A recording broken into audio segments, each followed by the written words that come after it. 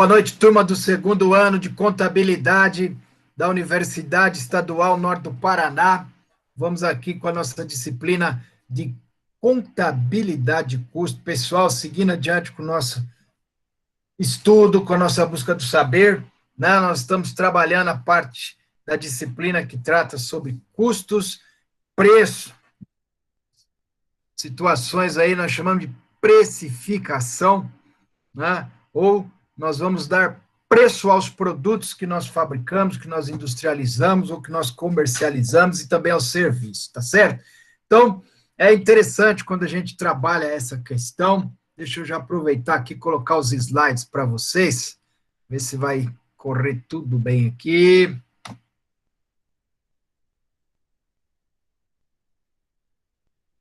Cadê o slide? Beleza.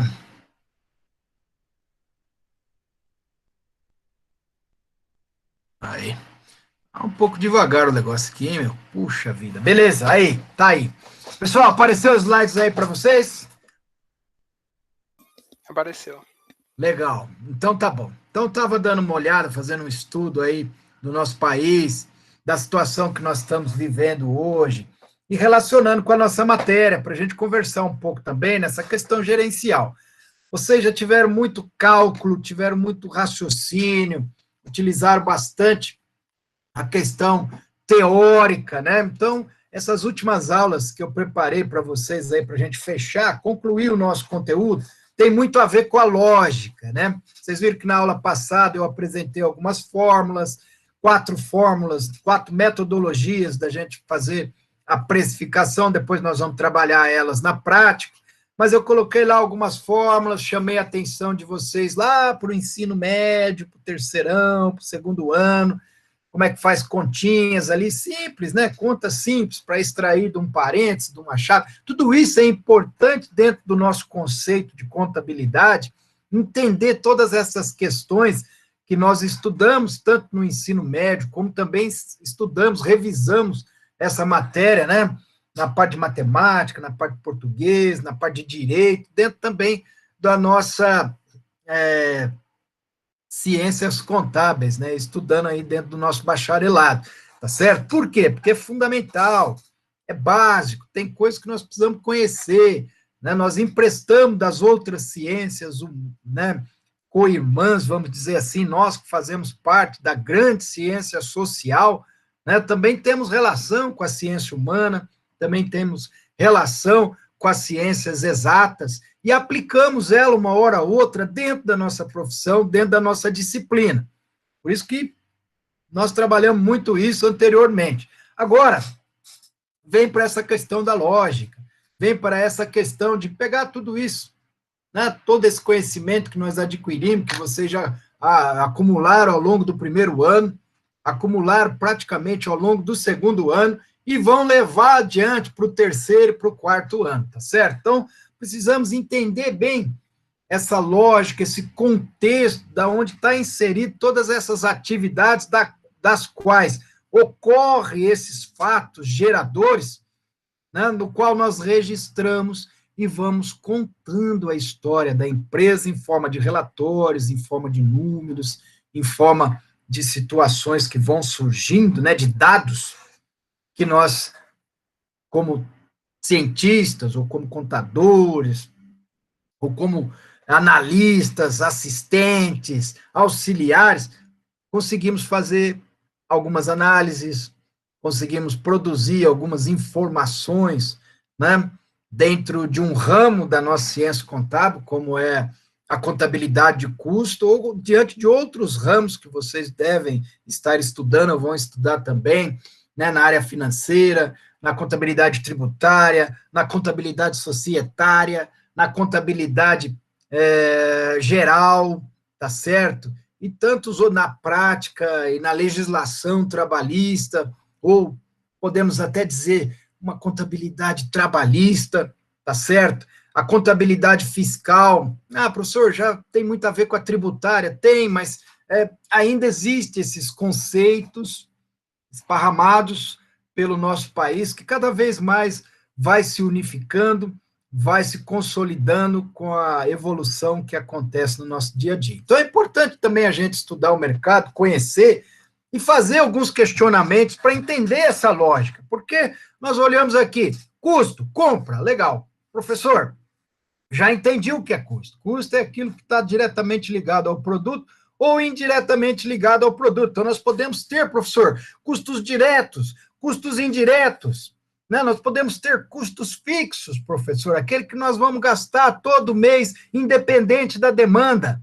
E também podemos ter custos variáveis, professor, que varia de acordo com a demanda de produção, né? Um exemplo disso são as compras, né? A compra da matéria-prima, a compra das embalagens, a compra dos investimentos que são feitos dentro da área, dos equipamentos e de uma série de outros itens que nós já desmembramos dentro de um esqueminha, né, da contabilidade de custos, né, onde nós entendemos o que são materiais diretos, onde está a mão de obra direta, a mão de obra indireta, né, e os custos indiretos de fabricação, o CIF, né, que não é aquele CIF que vai lá no produto, que é o Código Industrial de Fabricação, que é outra coisa, é um cadastro do produto lá dentro do Ministério da Agricultura. Aquilo é outra coisa, nós estamos falando do CIF, que é os custos indiretos de fabricação dentro do processo de industrialização e de transformação da matéria-prima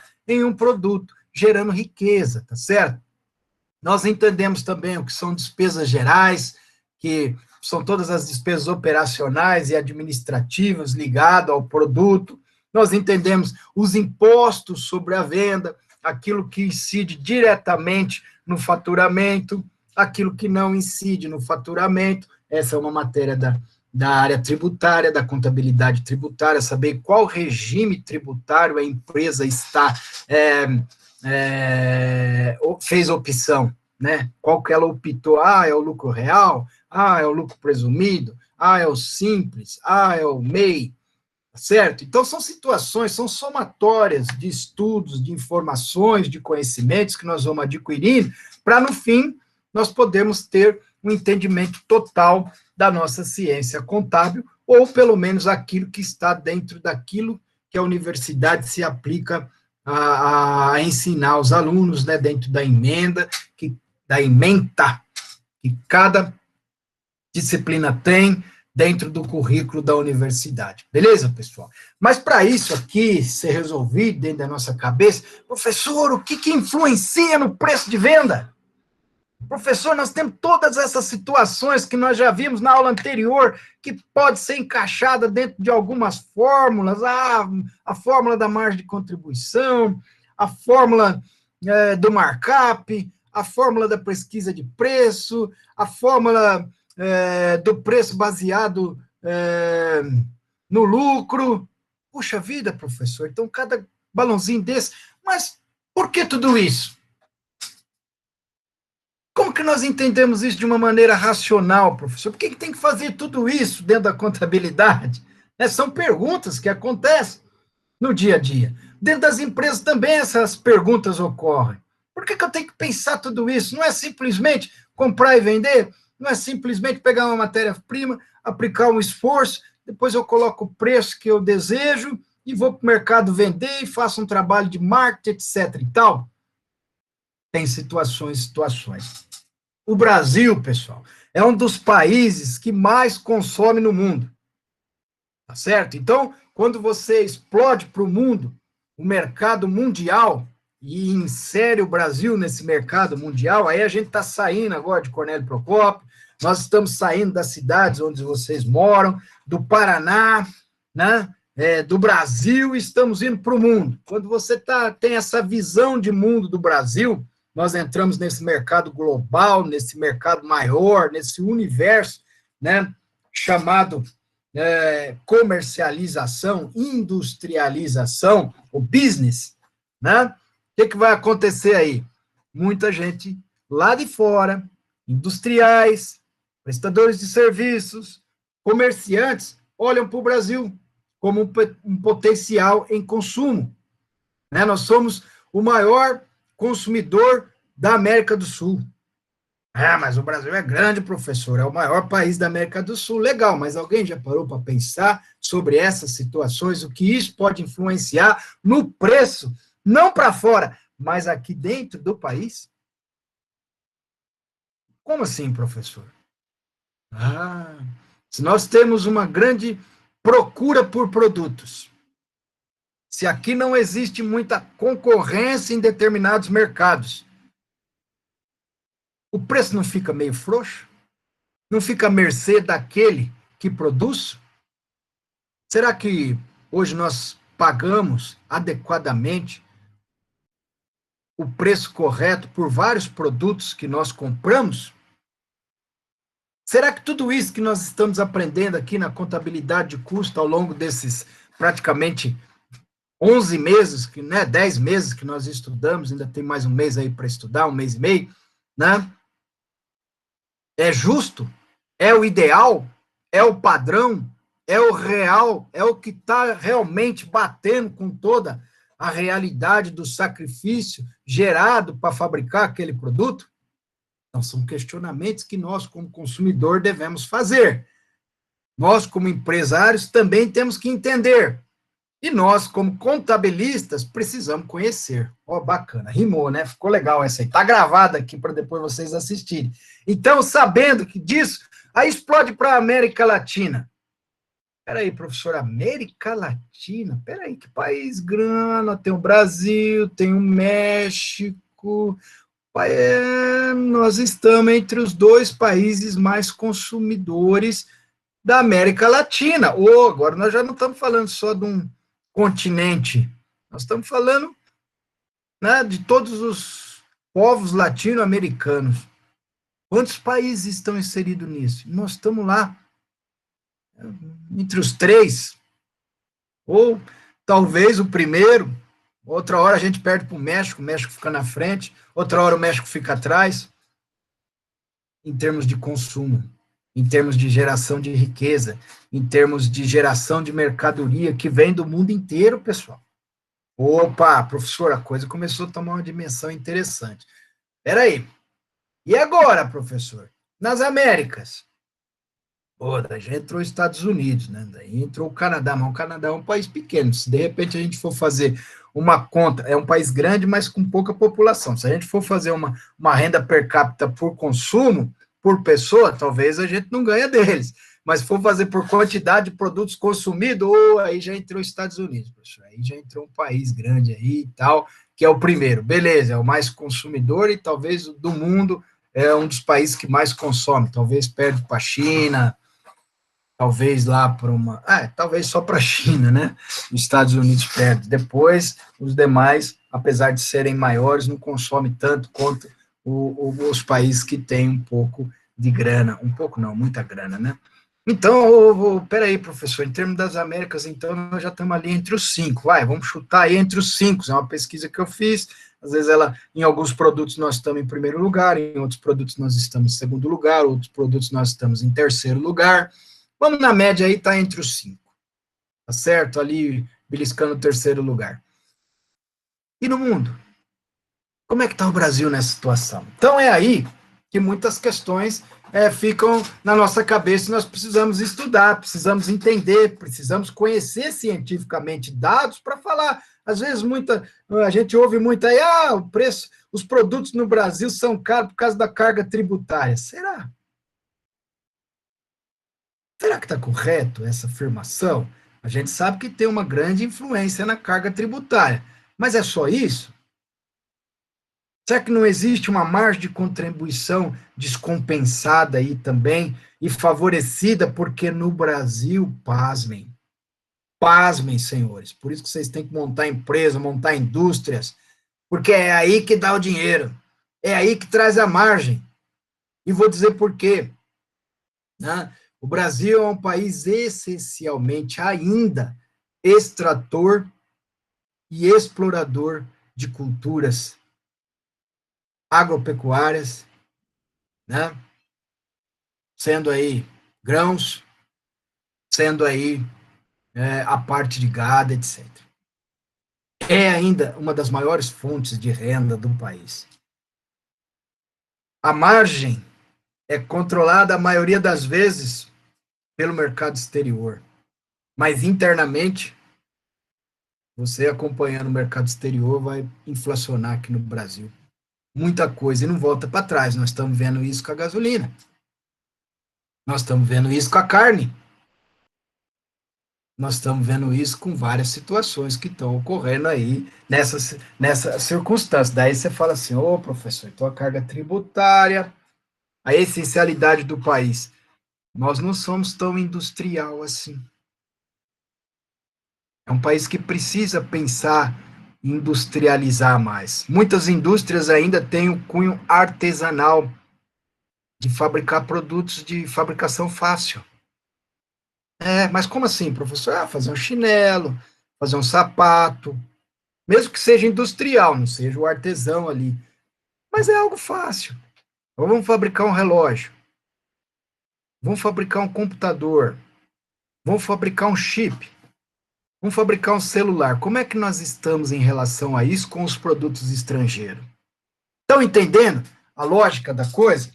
Porque muitas vezes a gente não pode comprar aquilo que nos é vendido pelos meios de comunicação, etc. e tal. Tem que fazer pesquisa.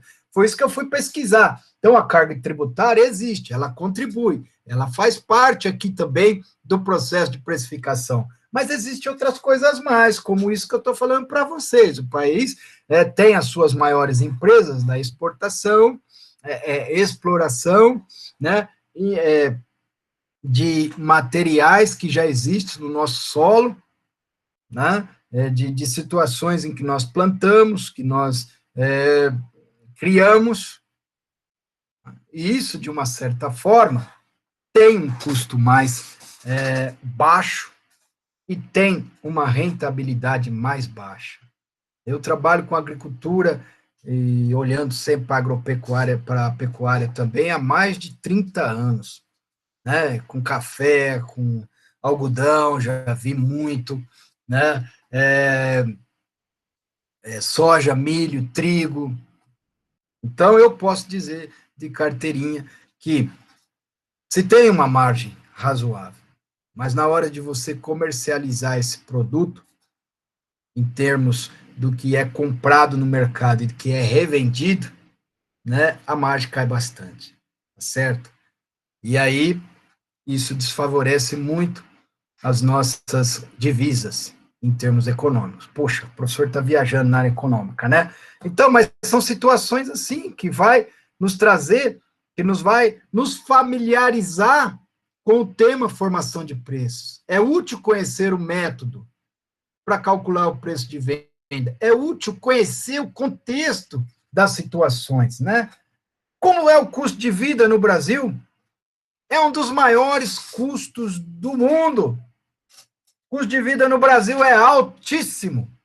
Olha o preço do pacote de arroz. Feijão, teve uma época aí que era mesmo. Eu tenho uns slides aqui, é que eu não preparei isso para aula.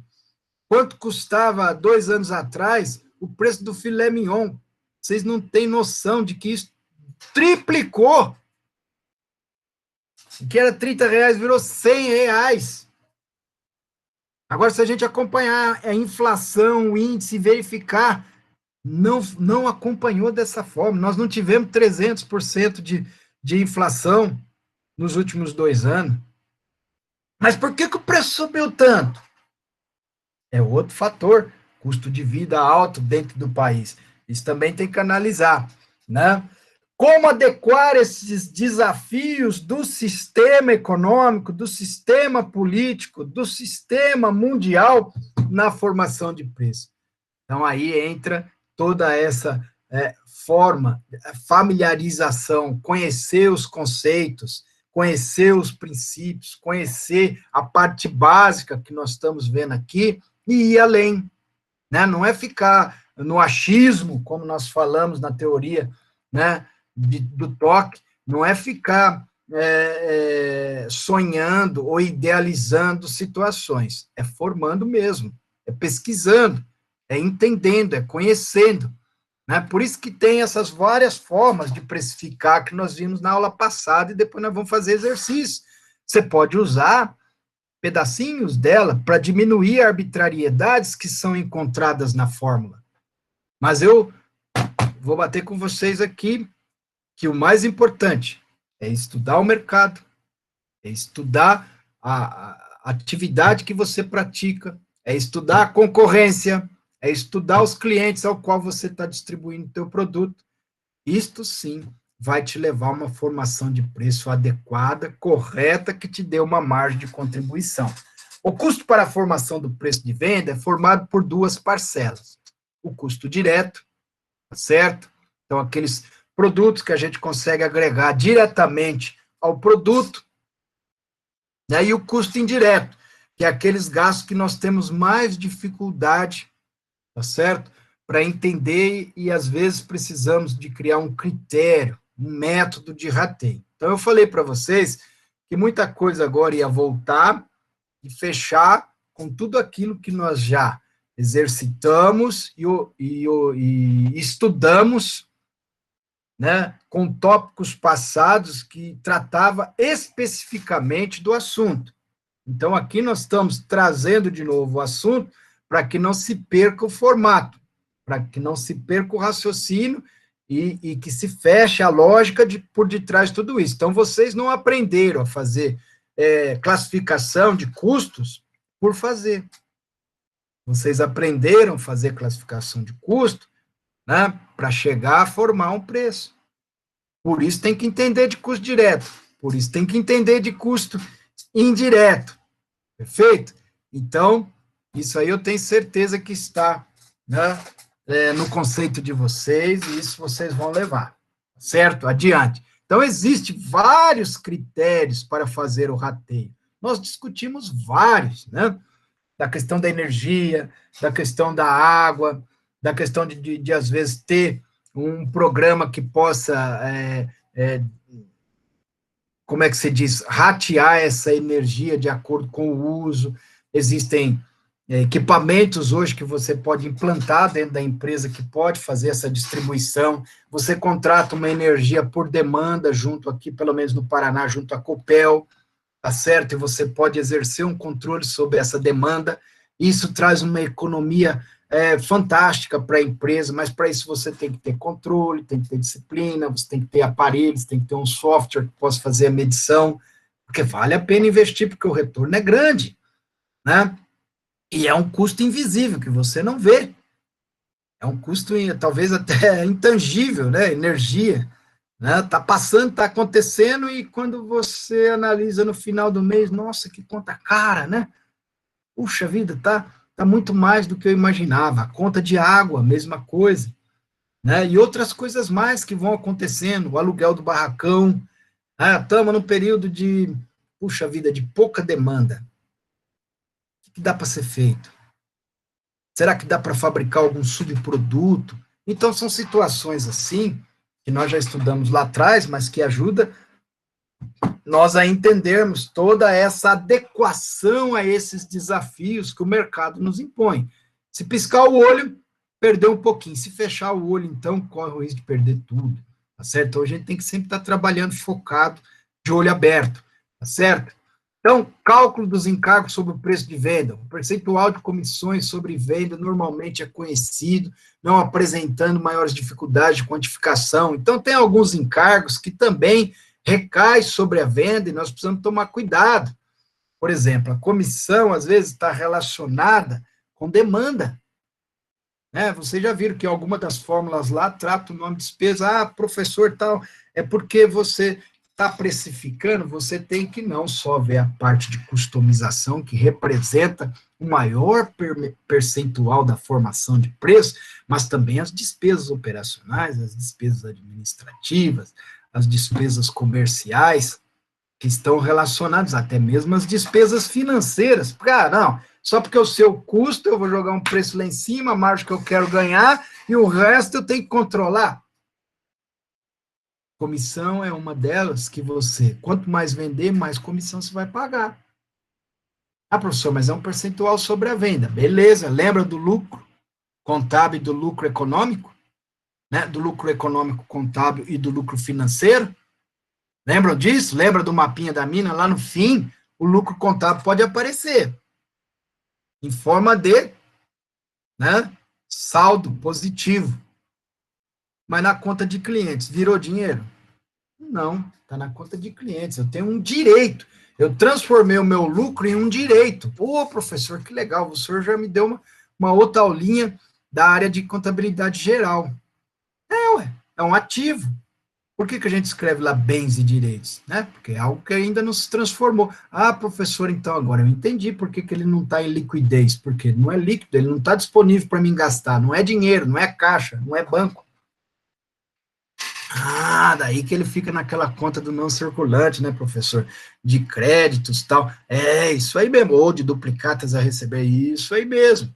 E existe um prazo, que pode ser de curto prazo, de longo prazo. Opa, mas vender para longo prazo, acho que não existe isso, né? Pode existir, o cara não pagar, você negociar para receber em 2 anos.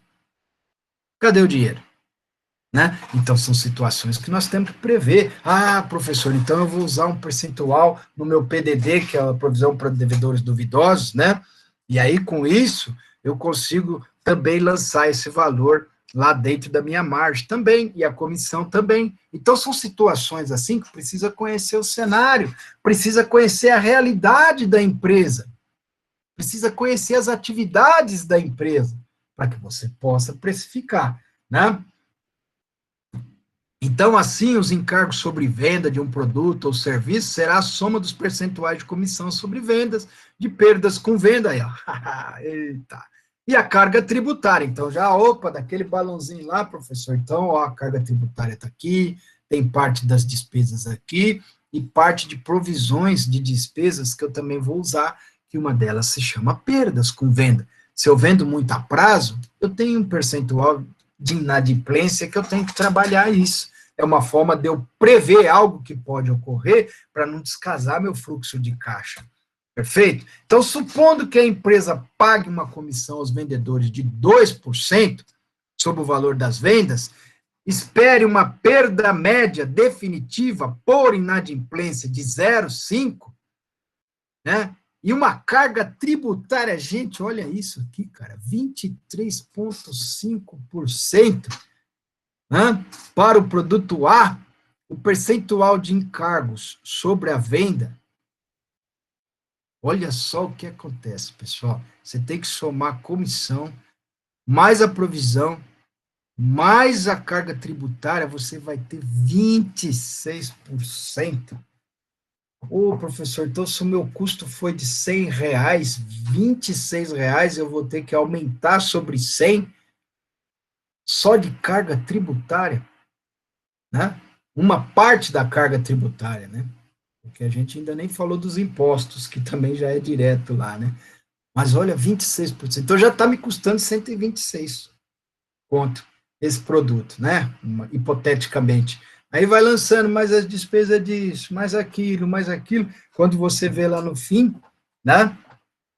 Para mim, ter uma margem de contribuição, eu tenho que vender a 200. Tá? Então tem que tomar cuidado. Um exemplo no nosso país de que a margem de contribuição é descompensada e que a falta de concorrência faz os produtos subir mais que isso, porque isso aqui é o que nós estamos falando, que é real e que a gente consegue medir, e que nós pegamos o custo, somamos aqui, somamos as despesas. Opa, então carro no Brasil zero, professor, vamos pôr um carro de conforto, não de luxo, nem um carro, né, de, como é que nós poderíamos chamar assim, do dia a dia lá? Me ajude aí. Utilitário. Utilitário. Não, basicão. Como é que a turma chama o basicão mesmo? Seco. Pode ser, né? Mas tem outro nome, não lembrei agora. É popular, professor? Popular, isso, perfeito. Então, tem o carro popular, tem o carro confortável e tem o carro de luxo. O carro de luxo aí é alto padrão, o cara coloca a margem que quiser, porque o cara que está comprando, ele vai pagar se ele tiver a grana insatisfeito. Já o carro que fica mais, nem tanto popular, porque ele também já é feito num preço para que todos possam adquirir. Mas o carro de conforto é bom tomar cuidado, porque aqui pode acontecer muita coisa. Às vezes um carro que custa R$ 50 mil, lá fora, você paga 70, 80 mil aqui dentro no Brasil, ou 90 mil. Ah, professor, mas é porque estamos exportando? Não, mesmo carro.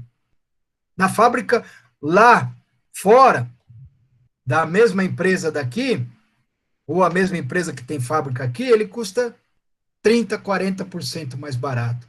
Em função do quê? De não haver competição. Aí trabalha-se maior margem. Então, olha, professor, só na aula de hoje nós podíamos parar por aqui, pessoal. Podia mesmo. Ó, precificar, então, não é só carga tributária que bate em cima, mas a atividade da empresa, né? Concorrência, carga tributária, custo de vida no país, competição, concorrência, mesma coisa, né? Então, são situações assim que pode elevar o preço muito mais do que nós imaginamos. Então, quando vocês forem falar daqui para frente, aí nas conversas de vocês no dia a dia, não fique só batendo em cima da carga tributária. Ela é pesada, nós estamos vendo aqui, tá certo? E ainda é maior se jogar os tributos e outras coisas mais, né? Vai subindo, chega aí a 40%, 50% do valor do produto, tá certo? Mas existem outras coisas que influenciam na margem de contribuição. Então, a determinação da margem de lucro é uma das decisões mais importantes no processo de precificação, né? Já não existe mais essa questão da calculadora, hoje todo mundo calcula aqui, ou calcula naquela uma bonitona da HP, né?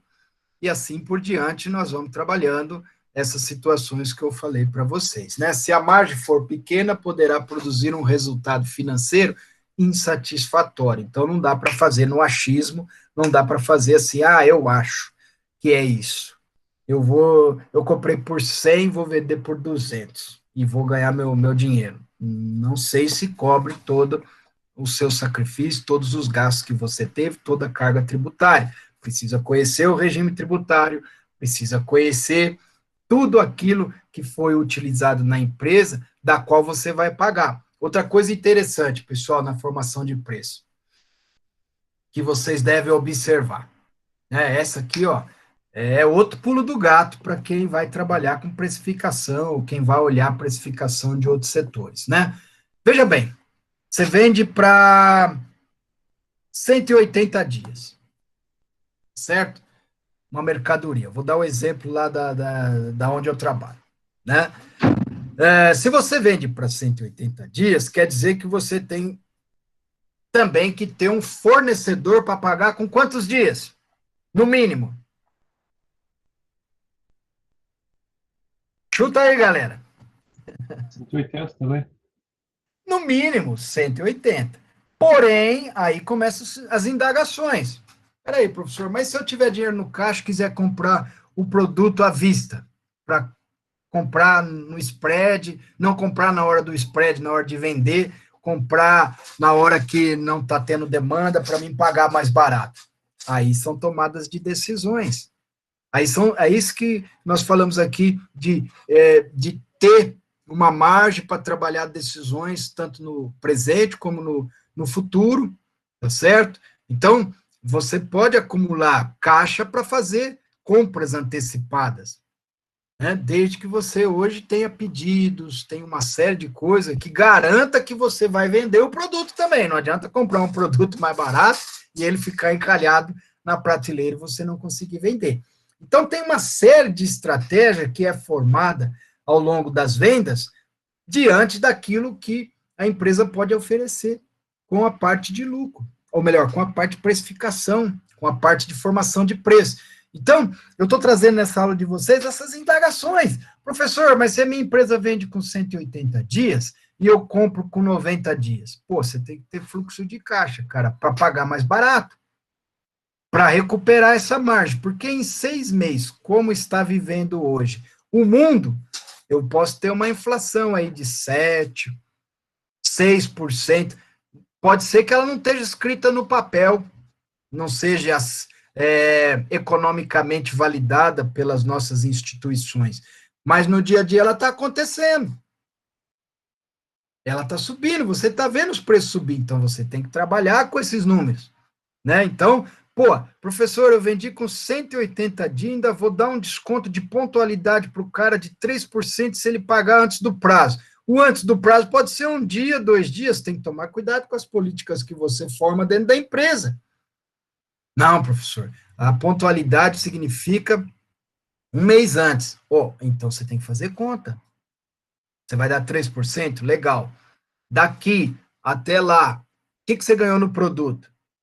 Você ganhou mais de 3%? Comprou? Não, professor, não comprei à vista, eu vou entregar futuro. Eu comprei agora, fiz a reserva, mas eu não paguei, só vou pagar quando eu receber do produtor lá com 30 dias antes, para me entregar o produto, mas eu não sei. Tem várias formas. Não, eu vou comprar, vou vender agora, ele já vai aplicar na lavoura, e depois eu vou pagar o fornecedor só lá na frente e dou a ponta. Então, o cara tem que fazer conta, porque nisso ele pode errar uma série de coisas e prejudicar a margem. Então, é bem complexo essa área, né? Por isso, se for muito alta, ela poderá acarretar perda, mas se for muito baixa, ela poderá ter um resultado financeiro insatisfatório. Então, o que eu quero dizer com isso, pessoal? Que tem que se prestar atenção no montante, não só do produto, mas de tudo aquilo que está interligado às atividades que gera financeiro, que gera despesa, né? Então, nós temos despesa financeira, despesa administrativa, despesa comercial, que gera comissão, que gera perdas, se caso eu não receber.